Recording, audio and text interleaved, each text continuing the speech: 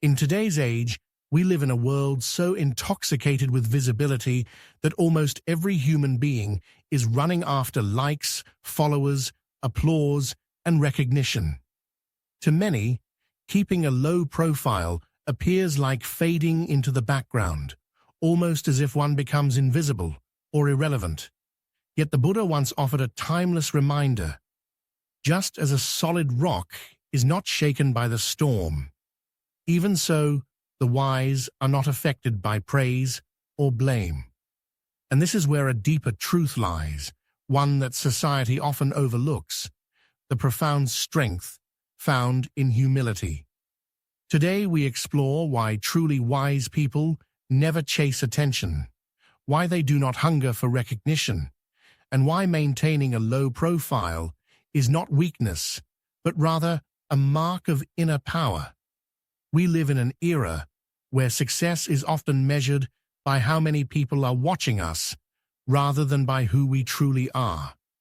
From the endless scroll of social media feeds to the glitter of public life, there is a constant, almost suffocating pressure to be seen, to show where we are, what we are doing, what we are achieving, and who we are becoming.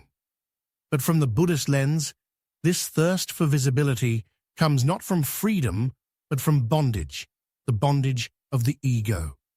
At the root of our craving for attention lies our attachment to identity and image. We long to be perceived as good, successful, admirable, even superior, because deep inside, we fear that without validation, we are not enough. Think for a moment. Perhaps you know someone, or maybe you yourself, who rushes to post every success, every little victory online. Notice how the joy often doesn't arise from the achievement itself, but from the wave of likes and comments that come afterward. And yet, once that wave subsides, once the attention fades, the happiness vanishes too. This isn't true joy, it's dependency, not liberation, but a subtle prison. The Buddha, however, lived in striking contrast. His life was marked by simplicity, by a quiet, unwavering power. He never sought titles, never craved attention, nor did he display his wisdom through grand proclamations. His teachings did not thunder through ego. Instead, his very presence, his compassion, his silence, and his inner peace spoke volumes. As ancient wisdom says, the wise man does not flaunt his treasures openly. This doesn't mean that one must hide their gifts or suppress their light. Rather, it means not tying your self-worth to the applause of the crowd. To live with humility is to free yourself from the chains of recognition.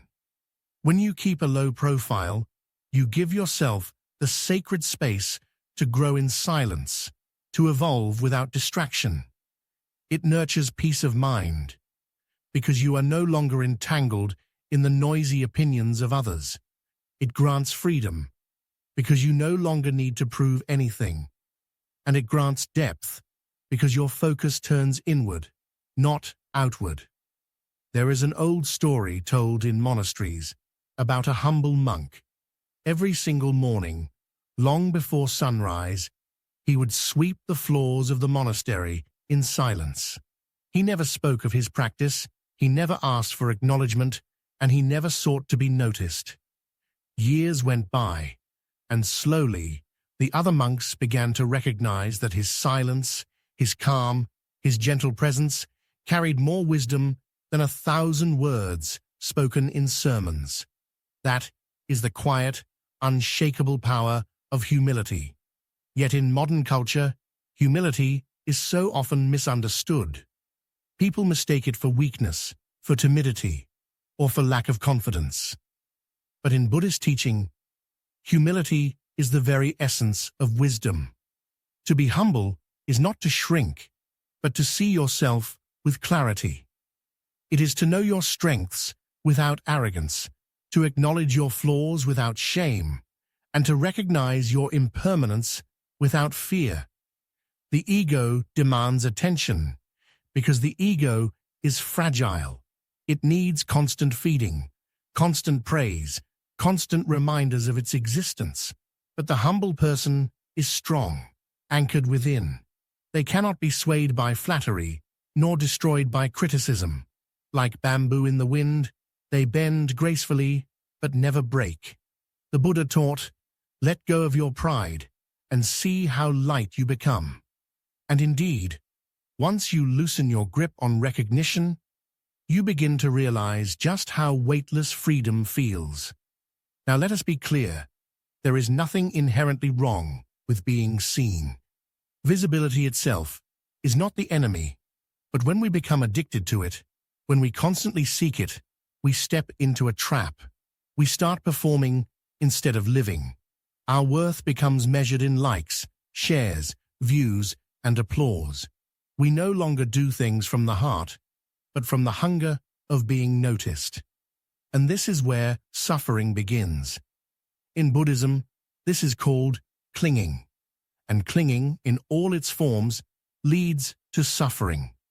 The more you need others to validate you, the more of your power you hand away. So how do we walk the quiet path? How do we cultivate the strength of humility in a noisy, restless world? Here are some gentle practices to begin with. 1. Speak less. Let your words be mindful. Avoid boasting. Avoid dominating conversations. 2. Act without craving credit. Do good silently. Help others without announcing it to the world. 3. Reflect often. Ask yourself, am I doing this from the heart, or am I doing it for recognition? 4. Celebrate others. True humility does not compete. It uplifts, it honors, it finds joy in another's success. 5. Stay grounded. Remember that nothing is permanent. Today's applause is tomorrow's silence. And when you let go of the need to be constantly seen, you free yourself to finally be. In a loud, attention-hungry world, it is the quiet soul that stands out, not by noise, but by depth. Just as still water reflects the moon, a humble mind reflects wisdom. The Buddha never shouted his teachings, he embodied them. And those lessons have echoed through centuries, not because they were loud, but because they were true. So, I leave you with a question. Do you want to be seen, or do you want to be free? If these words touched your heart, I invite you to subscribe for more reflections on Buddhist wisdom. Together, let us continue walking the quiet path, where humility leads not to invisibility, but to true liberation.